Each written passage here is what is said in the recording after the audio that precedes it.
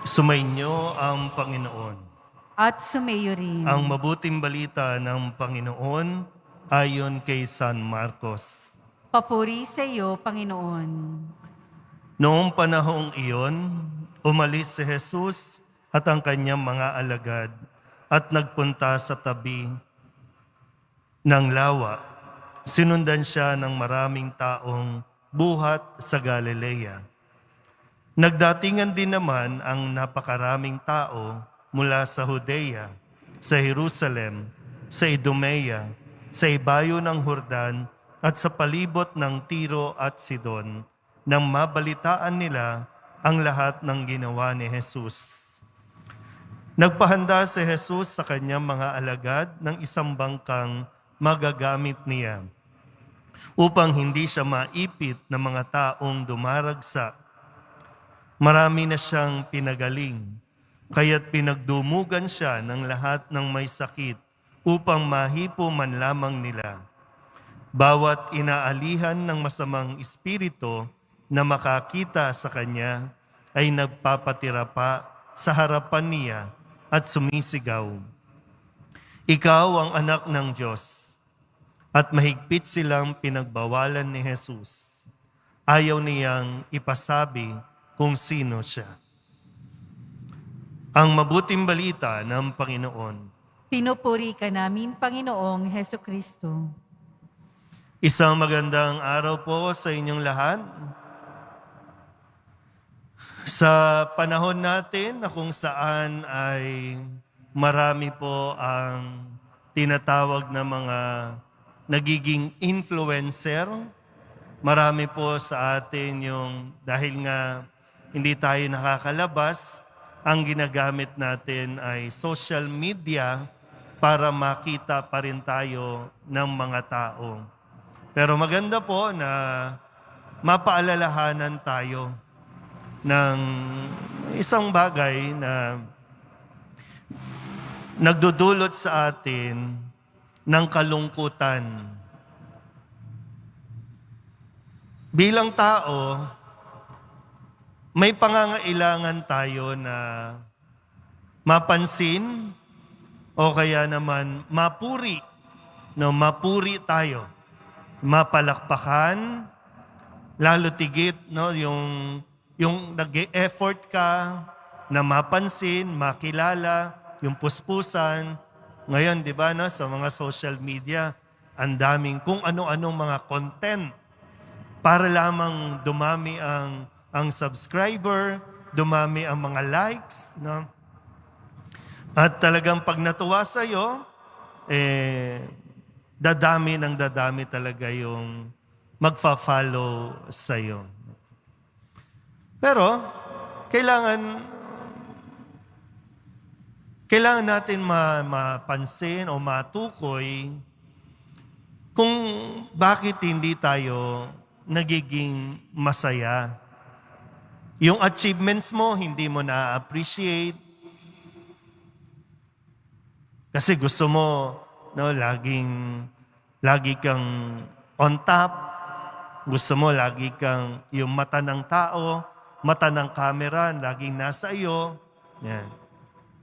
Pero sa diyapo, ang katotohanan din, may mga bagay na hindi natin kayang kontrolin. Katulad ng kung ano ang masasabi o sinasabi ng mga tao sa iyo. Kaya dapat po malinaw sa iyo kung bakit mo ginagawa ang isang bagay. At kung importante din, nakilala mo ang iyong sarili.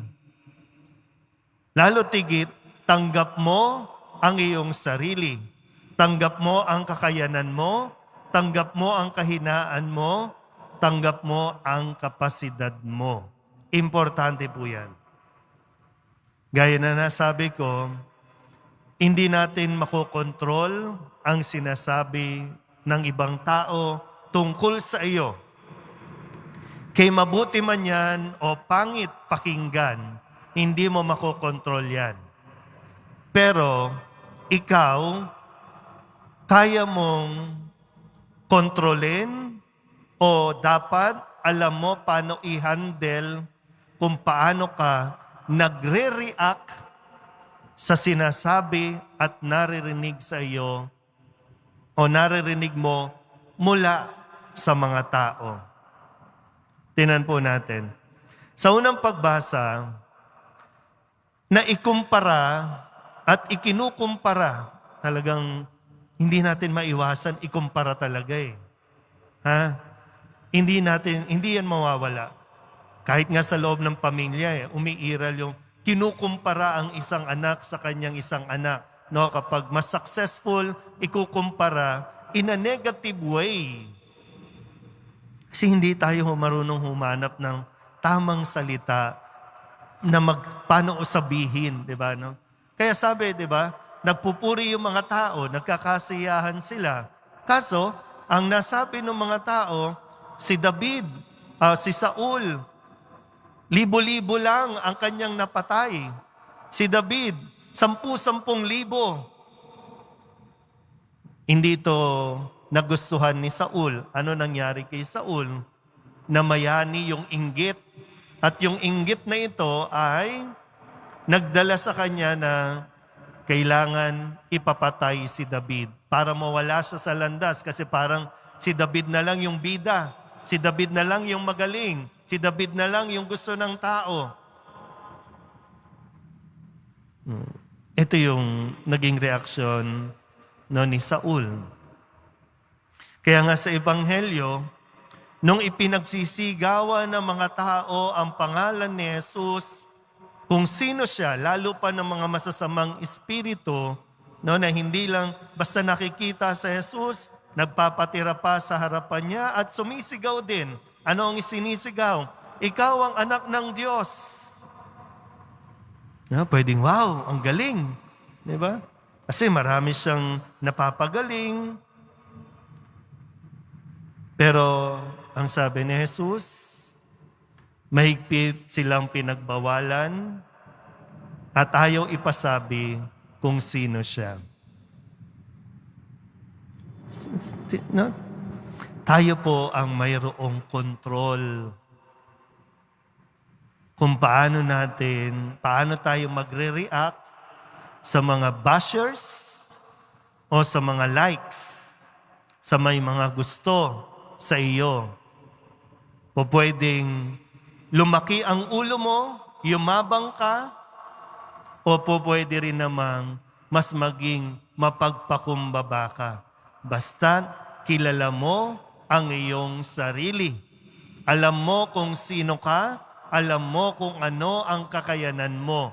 Magustuhan man niya ng tao o hindi, kailangan mong matanggap yan. Dahil yan yung magdadala din naman sa iyo sa kaligayahan. Yung pagkatapos ng araw, masaya ka pa din. Kahit na may mga tao din na pinupuri, may mga tao din na magaling, kontento ka. Di ba? Ngayon, talagang sa konteksto din po ng ating pinaghahandaan,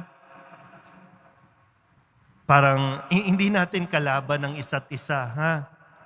Sana po wag itong umiral. Hindi kalaban ang isa't isa. Kailangan tayong maging masaya at matuwa din tayo sa mga tagumpay ng iba. Dahil kung hindi, pag nagpakain tayo sa inggit, sisirain nito maging ang ating mga relasyon. Amen.